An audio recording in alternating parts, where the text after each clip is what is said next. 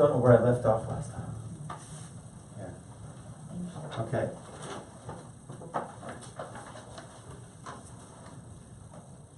Okay, let's just start with page 33. 33, 34, 30, and 35, God's willing, okay? So we're gonna start with the fact that 7 concepts, the 7 insights, the lower 7 insights. 7 insights you have to grasp in your life. And really what happened was, since Adam died in the garden, since Adam sinned, in the Garden of Eden, right? Since Adam Arishon sinned in the Garden of Eden, of course, and all the subsequent generations who flopped, there was a generation of Enoch, and he sinned because he didn't really, but really his generation introduced avodah zarah, idolatry. Everybody believed in God, they just thought that there was planets and stars, and then they came up with the idea of maybe if you do special favors for the planets and the stars, then we can bypass the Creator, right? So that's where avodah zarah, idolatry have that generation. And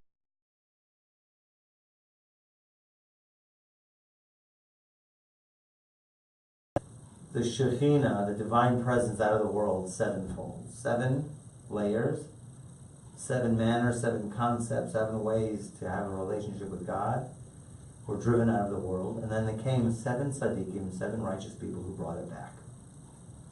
So those are the embodiment. Each one brought back a certain level, a certain layer, a certain concept, a certain way to relate to God. So the first one was Avram Avinu, Chesed. Avram Avinu. Abraham was the first person in the world to introduce the concept of love of God. Now we take it for granted. Now, okay, everybody knows it in the whole West and the whole world can share and talk about this concept, but really, until he came around, there wasn't such a concept. Until he came around, nobody had the slightest idea that God would want a direct relationship with us, that God loves us, and it matters what we do to him. It's not okay, God, he's so big, he's so great, he made the world and split. But not that he's involved, and not that he wants a relationship of love, and not that he's anything about love. So Avram Avinu, here he was the embodiment of that concept. And therefore he emulated that, because he had a tent open on all 4 sides, always had guests, right? So he was the first love guru, okay? The real love guru. Only preaching God's love, and God loves everybody. Now, of course, the world couldn't stand it. That's why they tried to build a fire to throw him in, because they couldn't grasp the idea that God, what we do matters to God. And so, of course, he fought against the entire world. So he brought the first concept of God that we call chesed, or kindness. Now, to align it really more, that we have these 7 lower Sefirot, we have these 7 concepts, these 7 emanations. They, of course, correspond to the 7 days of creation. Whatever was created the first day, whatever was created the second day, whatever was created the third day, 4th, 5th, 6th, 7th, right? So the first day, we say what was created the first day was, God said, let there be light. Light was created the first day. Light is the thing which expands. If you go to page 33, you see chesed there, right? Love, altruism. Here I have it on the right, on the left hand. Unconditional giving. The first day of creation, light, relates to Abraham, our father, in comparison to the body, because we have to know all of these 10 Esser, these 10 illuminations also correspond to body, and the lower 7 correspond more directly. The sphere of chesed corresponds to the right hand. That's why you have to do everything with your right, you know that? You know, when you get dressed in the morning, you have to put on your right sleeve first. You know, your shoe, you have to put on your right shoe first. If you're a lefty, though. If you're a lefty, that's your right hand. Are you lefty? No. Okay. I'm a kind of an ambi. Wow. But basically, even when you wash yourself in the bathroom, in a shower, you should wash the right side of your body first before going to the left. Try to focus on that one. Okay? So, really? Yes. Because you always have to give precedence over the right, over the left. Because of what the left represents. The left represents power, restraint, the forces of judgment. Really? Mm-hmm. So it's not good. Well, it is. It's just you have to handle it in the right way. You can't see. What's the fallout of Abraham? Who was the fallout? There was a fallout. Who? No. Yes. Ishmael. Yeah, right? Abraham Avinu had two sons. He had Yitzchak and he had Ishmael. Not in that order, he had Ishmael first. Ishmael was known to be the person who was never disciplined. He was the complete fallout. He is the embodiment of love without any kind of discipline whatsoever, any kind of boundaries whatsoever. So you even see the way that they behave this day. The way that Ishmael behaves this day, they feel that the whole world is coming to them. They feel eventually that Allah, or what do you call it? What are they? I don't know what their campaign is. What is it? The Muslim campaign. They have a name for it. Jihad. Oh. Right? Muslim. Everybody has to be Muslim. If you're not a Muslim, you're an infidel, and the whole world will one day be all Muslim. Right? That's their plan. Mm-hmm. And they feel that they're entitled.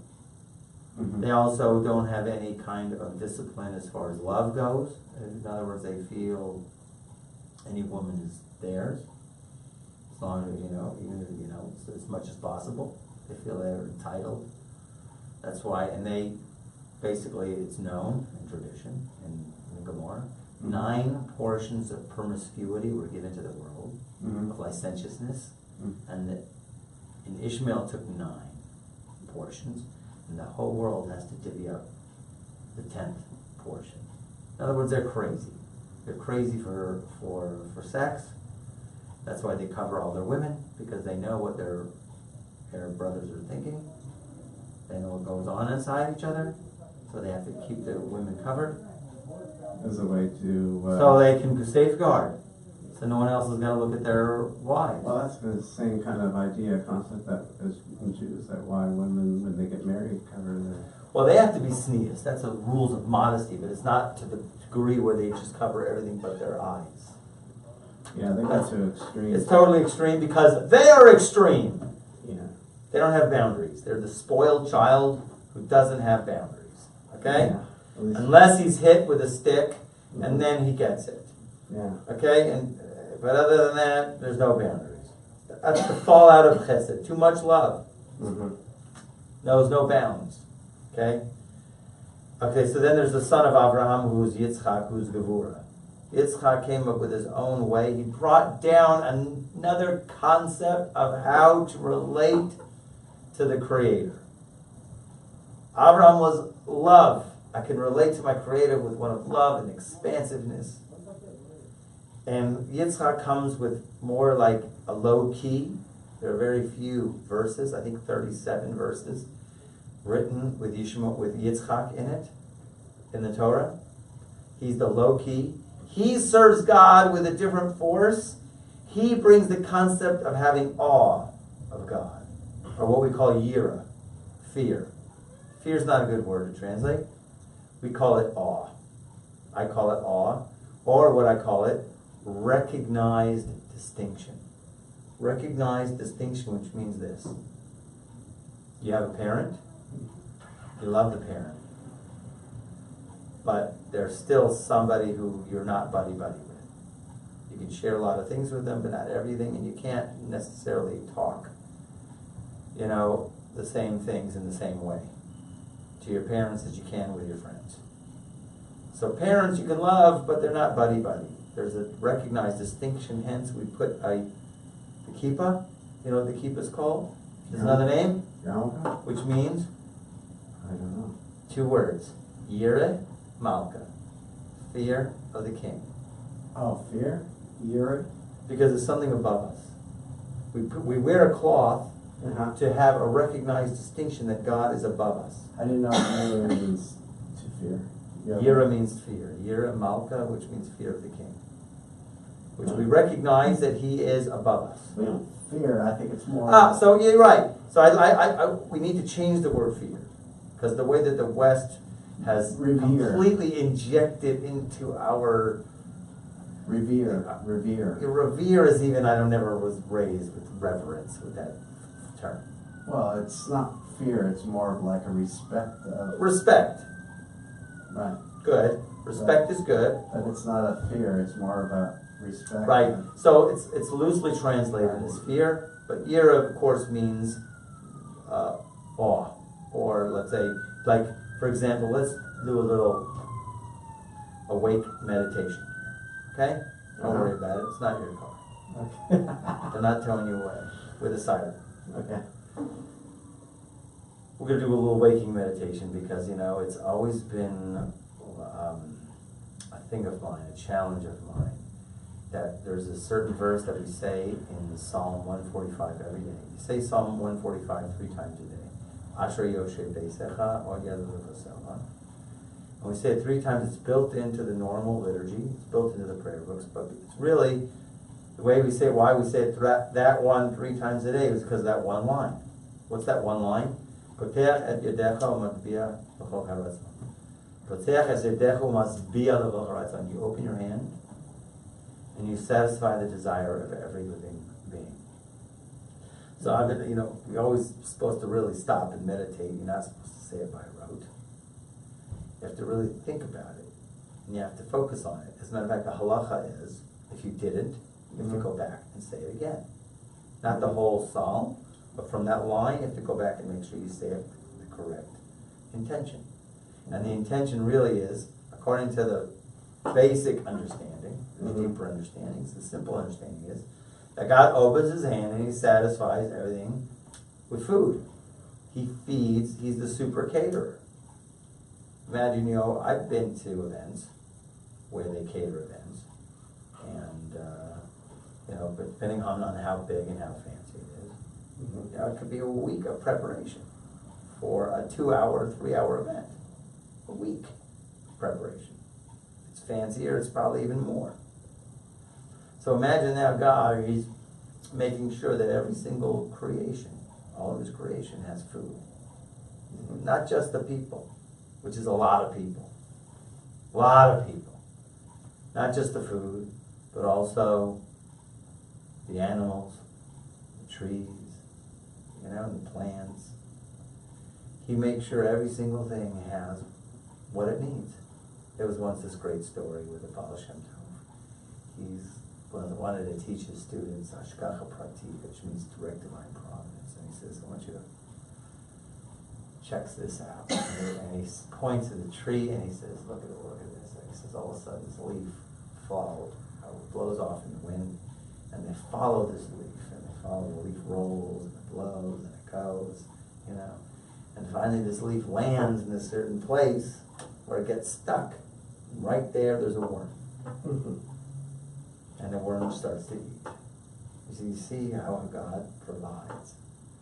So when you think about it and you really contemplate it, just for a moment, a person should really be stricken, actually, with a sense of awe, how God is so amazing and so unlimited in the ability to sustain and satisfy all of creation.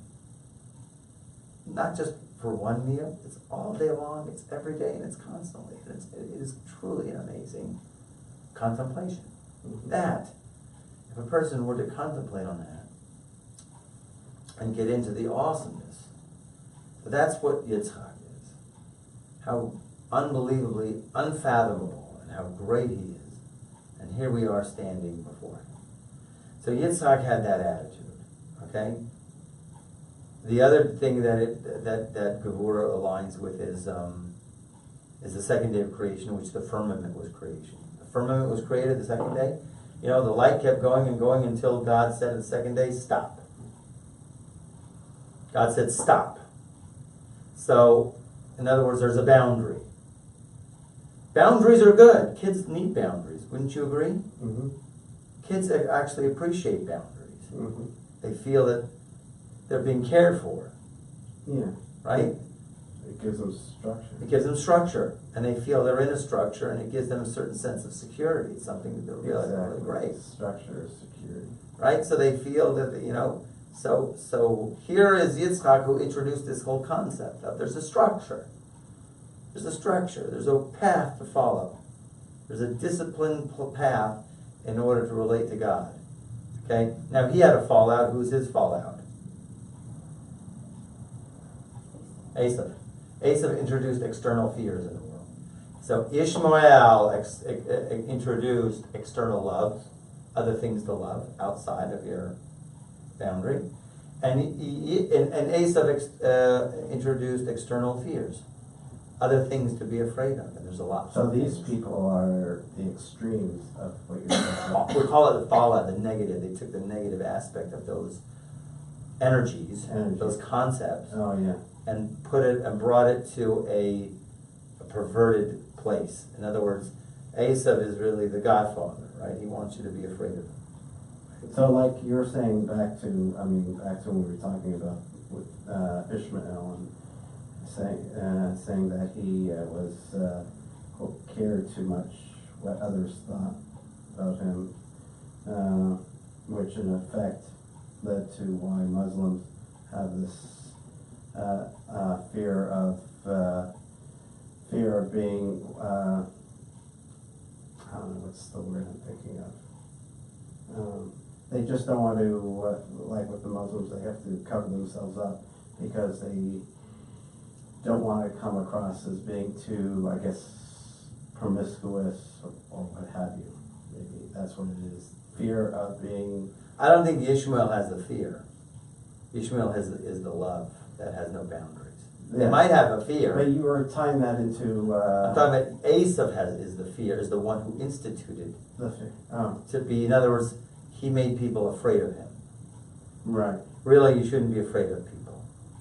Nobody should be afraid of anything except God. And I don't mean afraid of God. I mean, there's an internal sense of an awe that was brought out and perverted that we call fear. Mm-hmm. And it could be even fear of going down West Belford.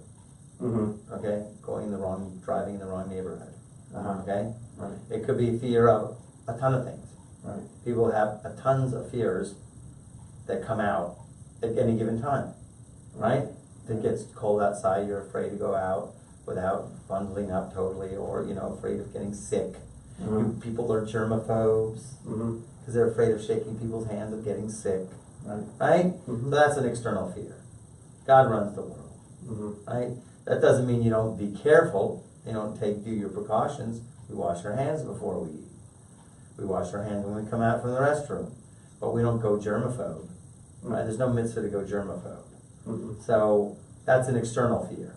That's where it's gone out of hand. Esav took what got out of hand. Okay? So, as you can see, it doesn't care what others think, and the downside is incapable of giving or receiving love. He has a rigid maintaining of identity. So, the idea really then is, number 3 is Sefirot, is Yaakov Avinu. Yaakov Avinu brought the middle pillar. Yaakov Avinu is emes. Yaakov Avinu is Torah. Yaakov Avinu took exactly from his grandfather, who was Avram, and he took from Yitzchak, his father, and he blended them into a very nice blending. That was perfect. Yaakov Avinu, had no fallout. Nobody of his 12 sons was ever fell to the dark side. Okay? They were all basically in the club, on the campaign, totally into one God, all very righteous. So he was able to go ahead and take the energy of kindness in the right way. There's a right way to behave. There's a time to be kind, and there's a time to be gevura. And you have to know exactly when. We call it, actually, it has a nickname, Tiferet Beauty. It's called rachamim, compassion. It's not kindness. Kindness says, "Oh, just give it to him." Gevura says, "No." And Tiferet Beauty says, even though he doesn't deserve it, we're going to give it to him. We'll give it to him like this, in this way. Okay, this is how we'll give it to him. in measurements or whatever. It measures, okay? It's the third day of creation, and the third day of creation was the perfect blending of dry land and oceans. It's not a mixture of dry land and ocean to make a mud. It's dry land and oceans. Everything is in a perfect balance, okay? So that's Yaakov Avinu, and really the understanding of Yaakov Avinu, which we'll call it Sefirot or beauty, has another name, and that is, anybody know? It's glory. Glory, actually. Which means, really, to describe it like this, is that some people, there is a sense of self-dignity or self-worth or self-value. But then again, it could go also out of hand. And it could be where a person is completely, totally engrossed in his own honor. So that's where really the fallout of Tiferet or beauty is. A person really has to, here I drew a line here. I drew a line because a person has to know, did we do this 3 columns before? 3 columns, actually. I drew it like this because the 10 Sefirot are 3 columns. Because a person really has to know inside himself where he has to balance himself. Because to the degree that we balance these qualities will be the degree of our connection to God, our connection to the Ein Sof, to the unlimited. In other words, a person has to have a certain amount of self-dignity, but he can't be to the point where he's totally I get no respect, right? One of these Rodney Dangerfields, right? Where he's always complaining, I get no respect. Mm-hmm. And he's always running after Kavod. So the fallout of beauty will be running after Kavod. But in any case, Yaakov Avinu brings a perfect balance, the middle pillar, Torah, truth, emes, into the world. Another layer of God's consciousness, another layer, another concept into the world that people did not have until Yaakov Avinu. Okay, page 34. Now we're on Netzach, Hod, and Yesod. Netzach is Moshe Rabbeinu. Moshe Rabbeinu brought Netzach, this concept, into the world, back into the world, like 7 firmaments, 7 heavens. Here, this is number 4. Dominance, I don't think I explained it in the other class. It doesn't mean dictatorship. Dominance means I win you over with my words. Meaning we'll have a debate, and I will be able to convince you and enlist you to agree with me that this is the right thing to do. Moshe Rabbeinu, of course we know, was the one who came down the mountain with the Torah. This is the truth, okay? This is the way it has to be. But of course it's on the right column because it has to do with also convincing. You're able to win a person over with it. So he comes down the mountain with the truth, with the Torah, and is able to go ahead and... Now the interesting thing is the day of the 4th day of creation relates to the 4th day of creation, which is when the luminaries were made. And the luminaries, we say, what does dominance have to do with the luminaries? So dominance has to do with the luminaries is because God said the sun, the moon, the stars, this is where you are, this is where you're going to rotate. We have in tradition that God made really everything the first day of creation. And all the subsequent days of creation, he just brought it out of the warehouse, so to speak. Everything was there already. He just brought out day 1, he brought the light. Day 2, he brought the firmament. Day 3, it was the dry land and the oceans and the grasses and the trees. And day 4, we brought out the luminaries. But what he did was the luminaries, he basically said, hey you got to stand here, you got to go like this. Moon, this is your rotation. Don't deviate, right? And they all understood it, and they don't deviate. The sun doesn't deviate its rotation. None of the planets, none of the stars, none of the galaxies, this black hole, you stay right there, everything does exactly in its rotation or its cycle or its pattern that is set for it, and it does not deviate. That is dominance. It's almost like weird because it crosses with the left column in a certain sense, because it's discipline, right? But it's a different expression. So what you say, okay, so this the last sentence corresponds to right leg. Right leg, which also needs the left leg to move. But what is the extreme, just like the other one? There is no fallout here. You can't afford to fall out. Even though it's weird if you think about it, and it's still a mystery to me to this day. Get the sons of Moshe.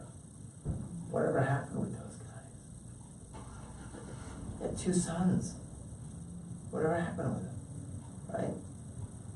Well, I think the fallout maybe, it says here, the energy of overwhelming and dominance, of love and overcome, of dominance, but maybe the fallout could be too much dominance, where you end up... So that's what Moshe Rabbeinu actually was afraid of. Actually, the burning bush, which was a 7-day conversation, where, Hashem told Moshe, you're going to go take the Jewish people out, and Moshe, of course, said the typical classic Jewish answer, which is no. Right? If the criteria for a Jewish person is they have to say no. Right.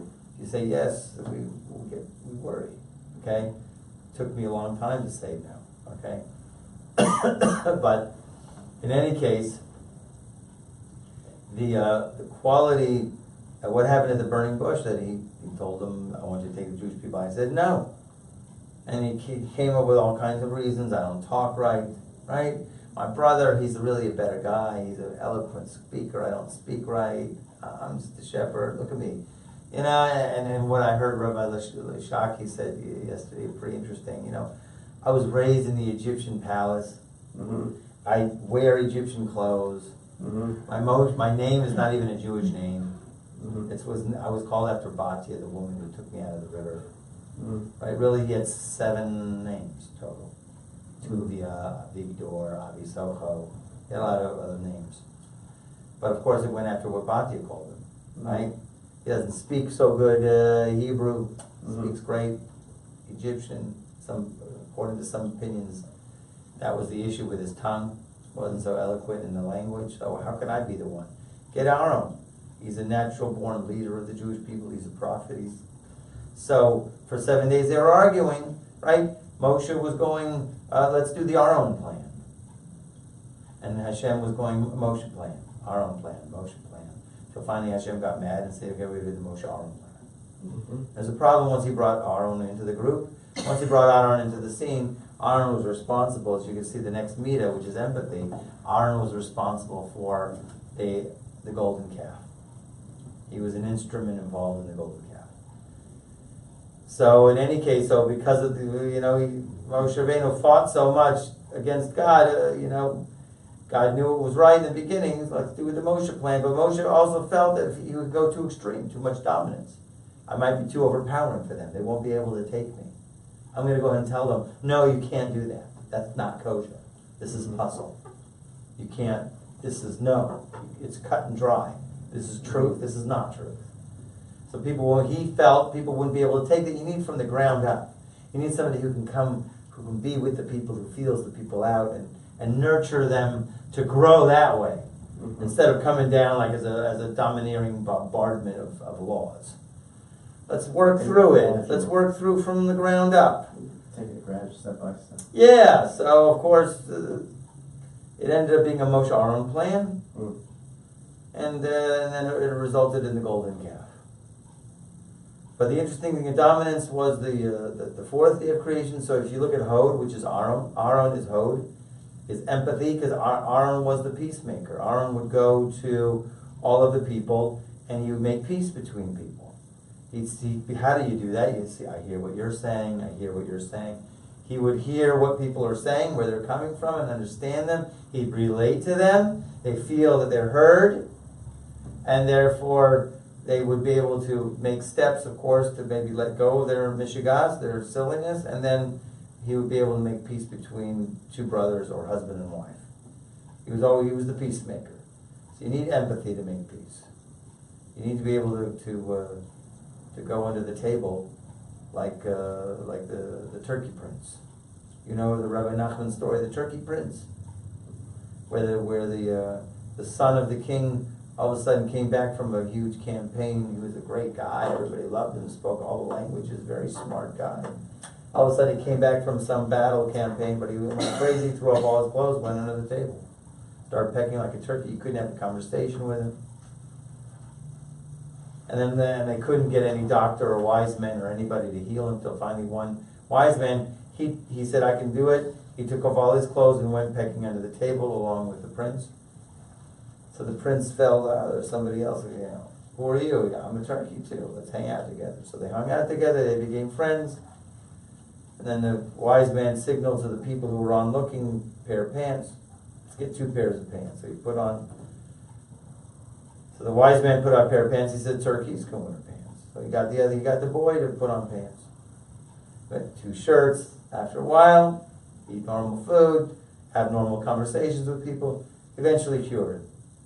But first he had to go down to the level.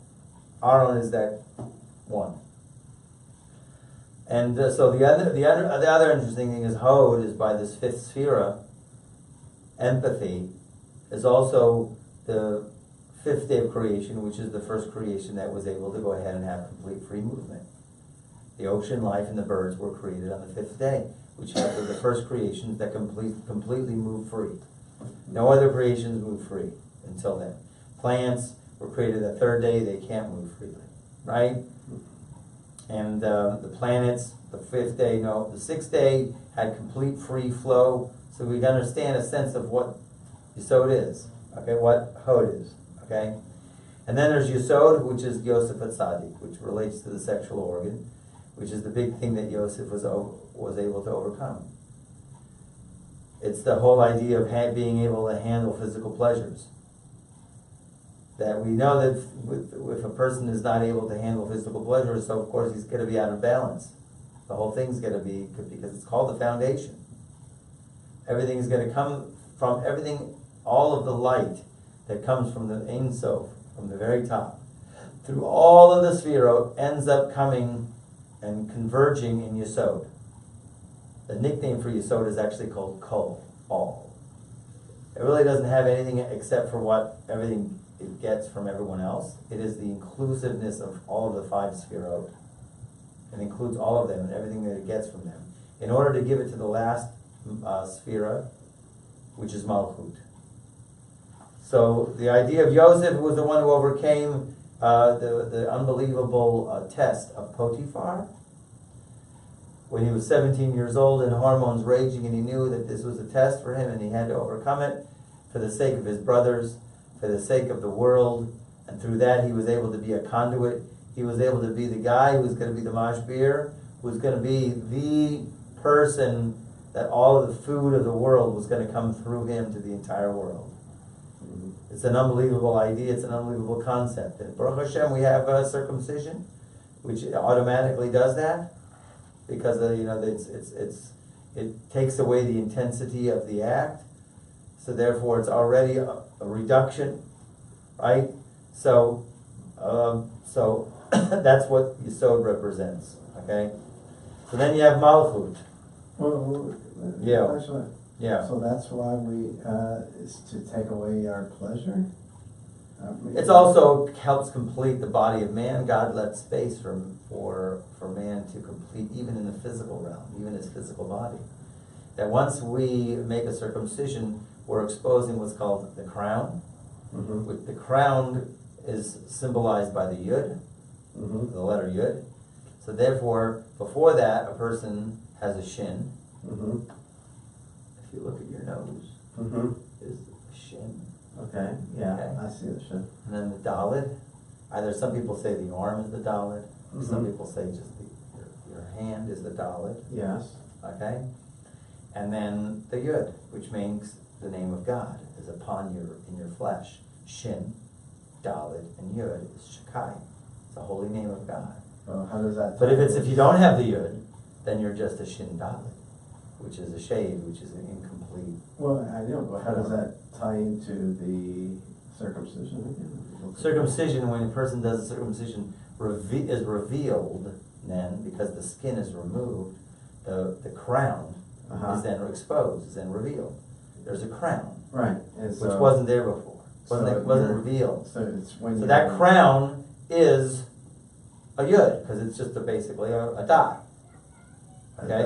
The exposure. Exposure of a crown, is called we call it a yud. Because it's like a dot? Yeah. Because it's something which is separate on its own. It's like It's a protrusion, okay, that sticks out. Oh, something that sticks out, it doesn't hide. Yeah, it Right. looks like a dot. It's a round thing, right? It's more round, right? Marvel. It has a, around. yeah, it's not round. It's you're right, inside. But this is an exposed round dot that is a yud. That's what it's called. This is how the tradition looks at it. So therefore it's shin, dalet, and yud. Therefore the name of God is always carved on your flesh. Interesting. And if a person doesn't have a circumcision, so he's called a shin and a dalet, which is really the Hebrew word for demon. Uh-huh. That's why you have to watch out and make sure your mezuzahs, the mezuzahs has to be either a shin is facing the door, facing, Uh-huh. or the shin dalet yud. You should be careful your mezuzahs don't have just a shin dalet. Well, actually, my mezuzah just has Yeah. a shin. Good, but you don't know about the scroll. No, I have no idea about the scroll. So the scroll has to make sure either it's just a shin, or it's all three letters, but not just turned in such a way where the only thing that is exposed is the shin dalet. Oh, that what's in the scroll, this the shin dalet. Well, outside the scroll is the shin dalet yud, is the name of God. On the Oh, scroll on the itself, scroll, yes, on I've the seen back that. side of I've the seen scroll. that on the back side, yes. So you have to make sure that either the shin dalet yud is exposed or just a shin, but not the shin dalet. Because then Uh-huh. you're exposed to other energies. That's Every interesting. letter is an energy. Uh-huh. That's interesting. And so the name of God is all about us. So that's why the Yesod represents, and it's an idea, an opportunity for us, thank God, Baruch Hashem. We thank God every time we do Birkat Hamazon. And on the bris, on the covenant that you have sealed in our flesh, okay? That gives us our completion, okay? God gave the world in a certain raw state where he gave space for mankind to make it better. And that's one place, okay? Big argument in the Gemara between Turnus Rufus and Rabbi Kiva. Okay, but in any case, we only have a few more minutes. Malchut, kingship. That's page 35. That's King David. This is where everything culminates. This is the playing field. This is the real playing field. The energy of Malchut. See, God wants a dira b'tachtonim. God wants, he has a taiva, he has a desire that there should be a dwelling place down here. It's not that we want to become spiritual and elevate ourselves and go up. That's not the goal in Judaism. The goal in Judaism is to bring God to dwell down here in the physical realm, in our physical activities, and we have to become that conduit. We have to become that, what we call a dira b'tachtonim. That means a dwelling place in the lower realms. Malchut is the lowest of all realms, a place of unbelievable darkness.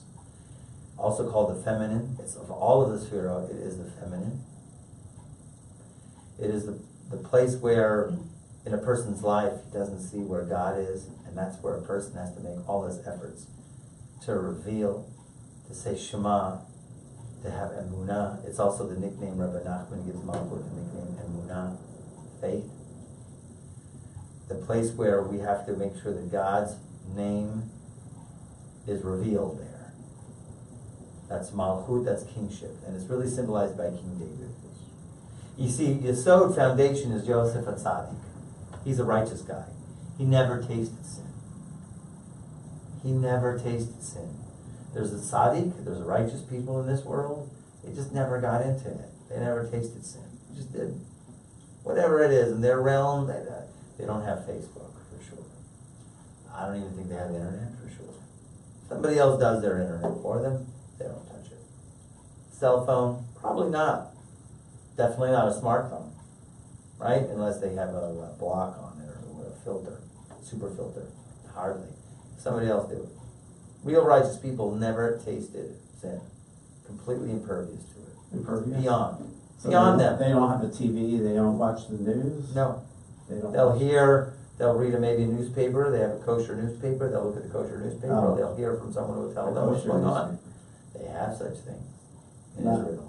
Okay. And maybe in the East Coast. I never heard of it. So it's not the Jerusalem Post or? Maybe. Could be, I don't know. It's not a kosher newspaper. I haven't seen it so recently, I read it. so. They're not exposed to any of it.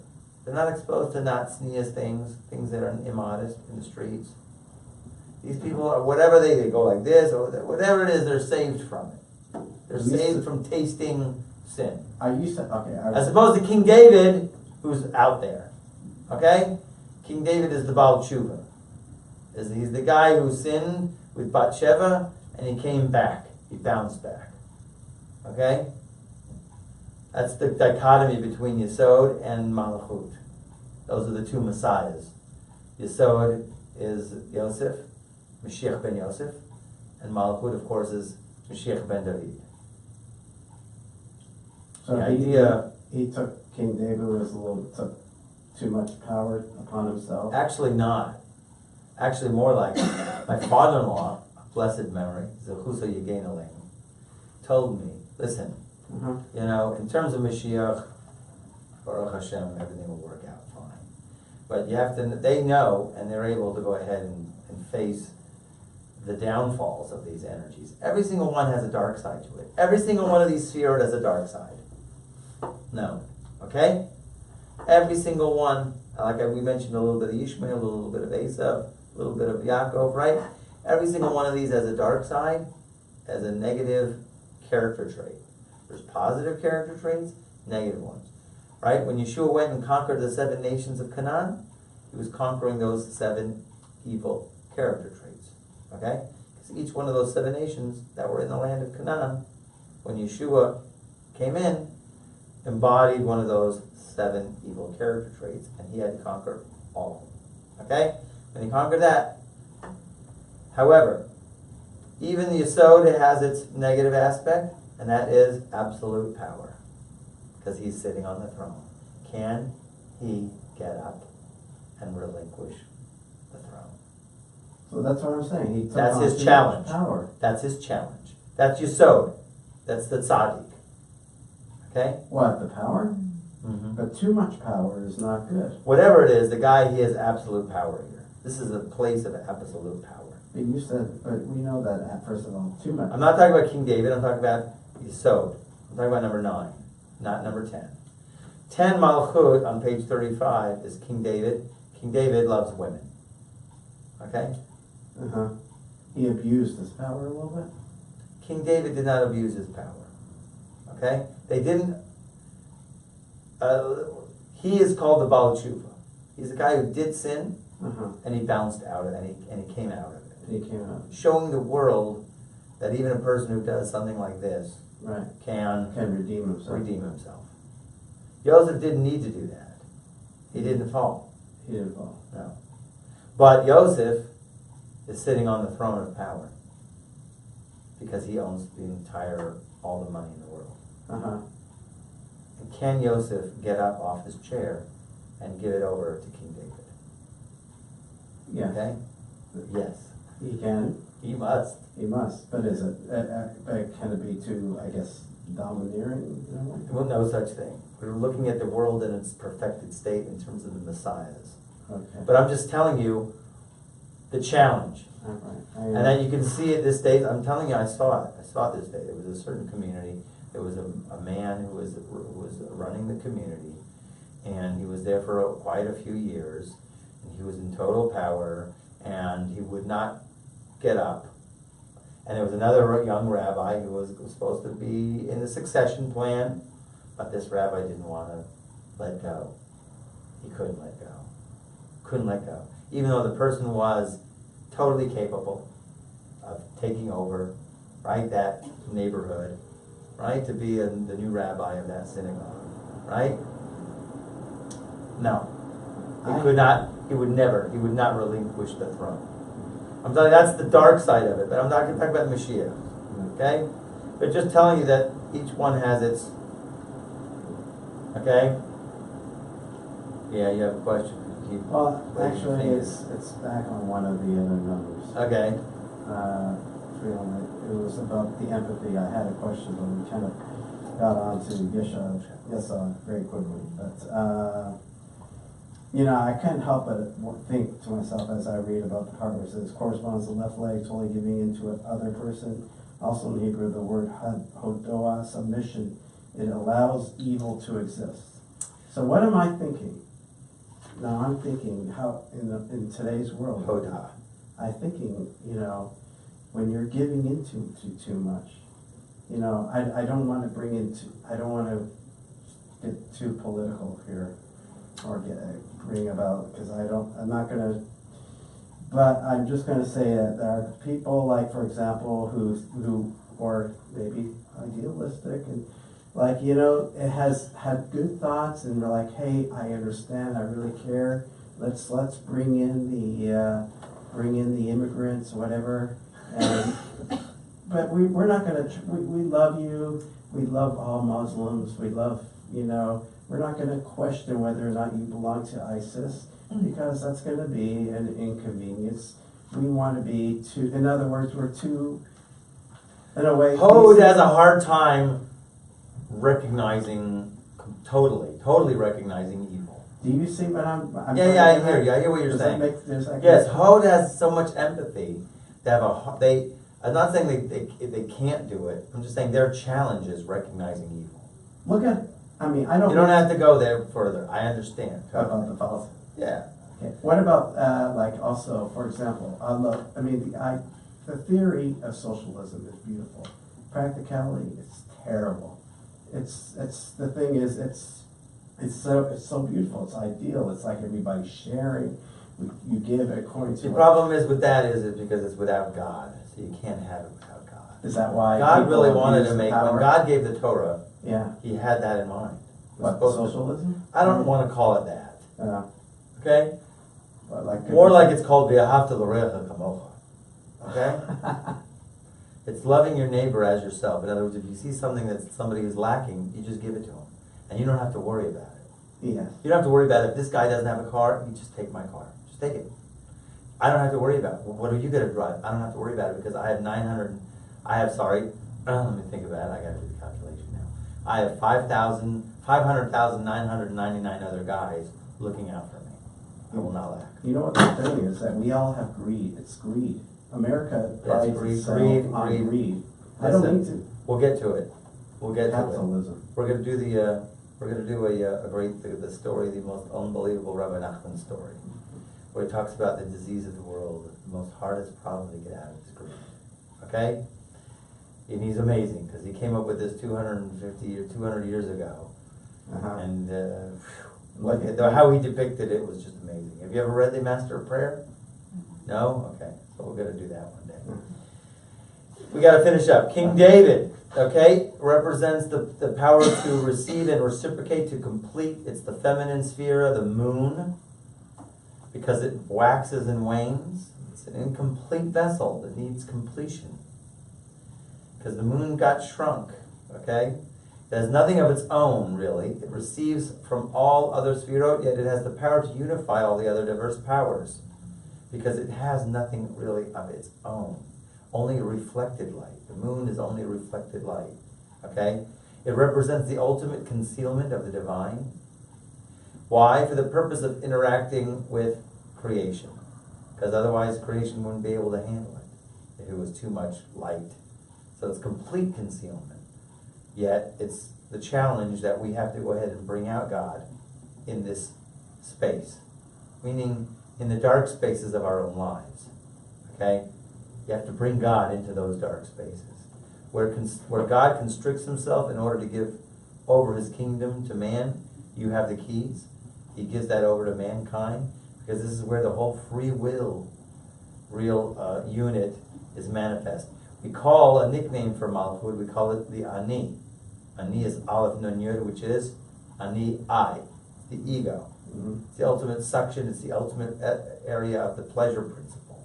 Okay? And that's why we have to correct, like we've been learning all these weeks, about correcting the ability to receive pleasure. Where it's right now it's off balance. We're so into receiving pleasures here, left, right, and center, and we need to fix that we receive it in the right way. And the way that we receive it in the right way is that we receive it on the condition that we're giving through our receiving. Otherwise, we don't want it. Okay, which is the ultimate way. In other words, I only want to eat in order to get strong and healthy, so I could do good deeds. That's the only reason I want to eat. I don't want to eat because it's pleasurable. I want to eat only to be strong and healthy. I need to sleep. I don't want to sleep. I only want to sleep because I need to be strong and healthy in order to serve the Creator. And all the other goes with all of the other physical activities that we do in such a way where we do it. I really don't want to take coffee, but I'll drink the coffee in order that I am awake, that I could serve the Creator, right? Learn Torah, whatever. So anyways, it's the pregnancy, skip to the third to the last one. Pregnancy and birth as a woman who receives one seed from a man and gives back a fully developed child. So it's like the fertile womb that takes only a seed and then it transforms it into something else. And King David, who took a little bit of authority and he gave back a powerful kingdom. The kingdom was fragmented. It was like some people were with King Shaul, some people were with King David. He was able to unify the entire kingdom. In other words, he took something and he made something new out of it. Here's where you take something and make something new. Here's where you take all the crud in your life and you turn it into something new. But you need emunah. And of course the Messiah who gives birth to a new world. The interesting thing about King David is every single thing of King David, or the Mashiach, can't come through the door, the pearly gates. He can't come through like that. It's not going to happen.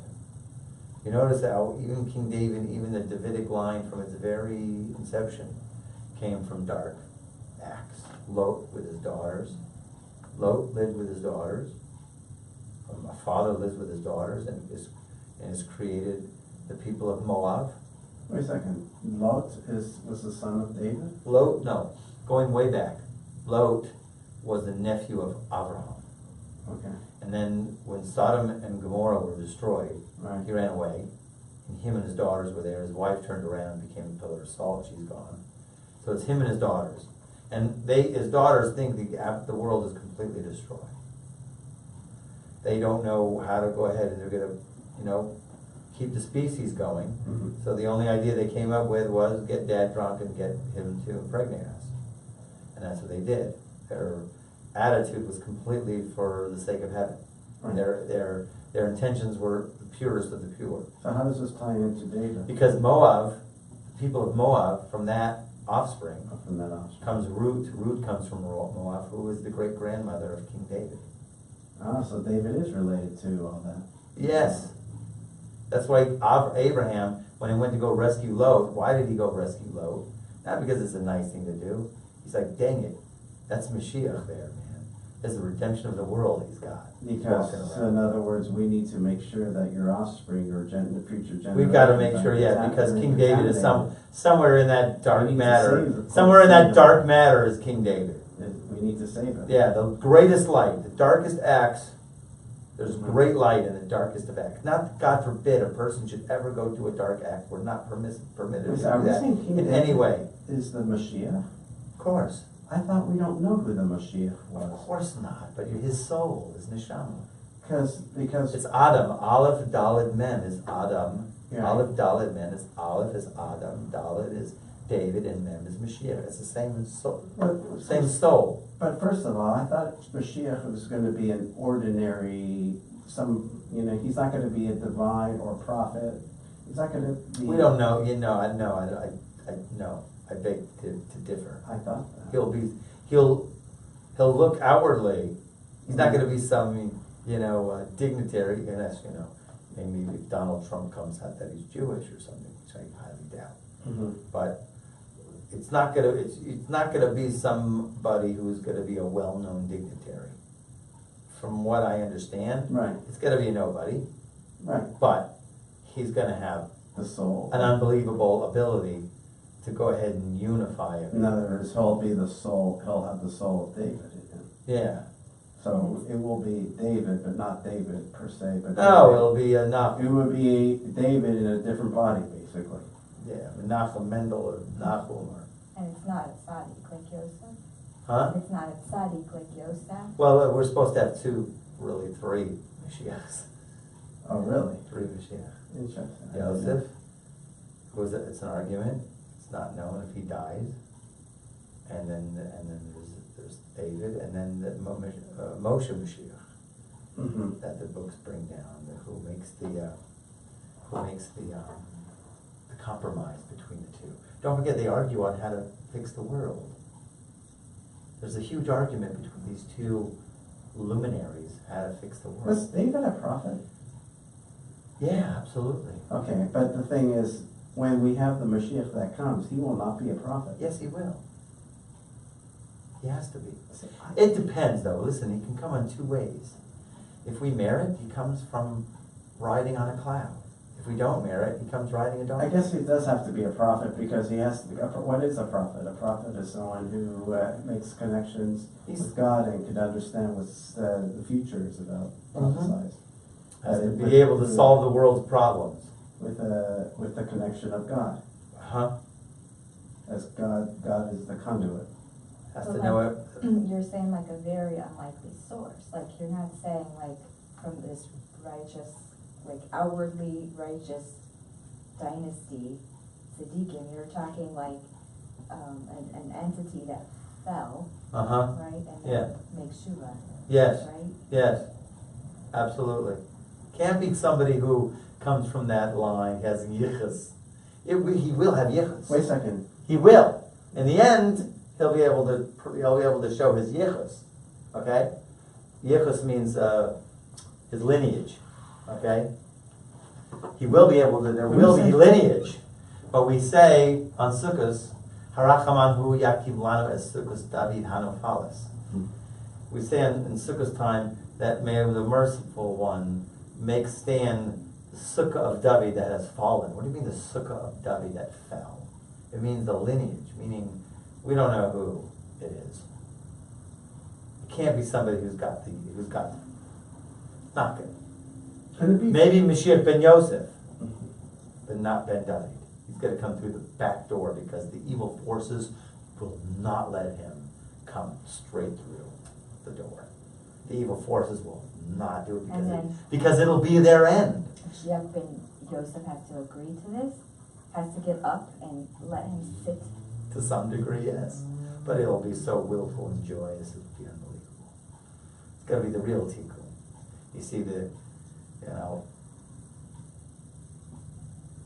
So yes, Yosef is the tzaddik. He has the yichus, and he argues with Mashiach ben David how to fix the world.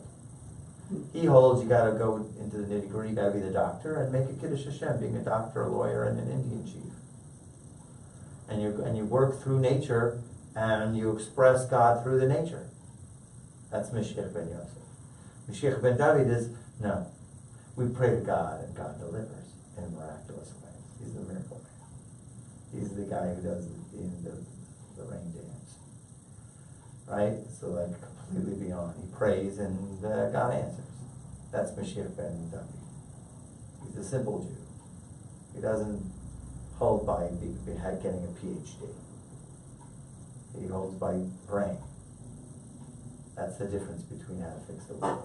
They argue with that. And Moshe Rabbeinu, who's the third Mashiach, he comes and he strikes the balance between them. I don't know how, but there is a Moshe Mashiach. Can the Mashiach be female? I never heard that. My father-in-law made a joke about it once to these Chabad people, saying they will be the last person to recognize Mashiach because there was a fat black lady who would come through this door. He was like, "Just save me. I'm totally in." But they, of course, wouldn't accept her, right? So, it's not supposed to be. It's not supposed to be the greatest thing if a woman is the leader. Really? Yeah. So I don't understand. It's supposed to be like, listen, we've had great leaders like Devorah, who was a prophetess who led battles and was unbelievable, and nobody could come close to her. She was so amazing. She was so beyond. But that's not the ultimate. The ultimate is, it has to be that the woman have to fix the man, that the man can get their act together. Because if the woman just does it, the men they won't necessarily get their act together. So from every single thing that I've learned, I've never learned that the Mashiach can be a woman. Okay. I didn't know that. But women, they say the redemption comes through the women. Just like in Mitzrayim, just like in Greeks, with the Greeks, and just like with with Sisera, and the women are the instrument to bring the redemption, because they got to fix the man. They can fix the man, so they're the instrument, but they themselves. So it's like the teacher versus the. It's like the coach versus the athlete. Yeah. That's a nice way to put it. The coach is the one who kind of shapes him, turns him into what he needs to do. And they've got to perform. Yeah. Yeah. Maybe you could say it like that. Like a teacher is to a student. Women are supposed to bring out the potential of the man. Like the nurturer. Always. The nurturer. Nurture, yes, in any way, shape, or form, many ways, you're supposed to bring out the potential of man. Interesting. So, in any case, we have all here 7 character traits. These are the basic 7. You have to find in the 3 pillars, as we know that there's 3 pillars that the world stands on. And that's why it's divided into 3 columns, really. That there's, as we know that the world stands on 3 things. Torah, Avoda, and Gemilut Chasadim. Torah is the middle pillar. Avoda is the left column, which is prayer. And then Gemilut Chasadim, acts of loving kindness, is the right pillar.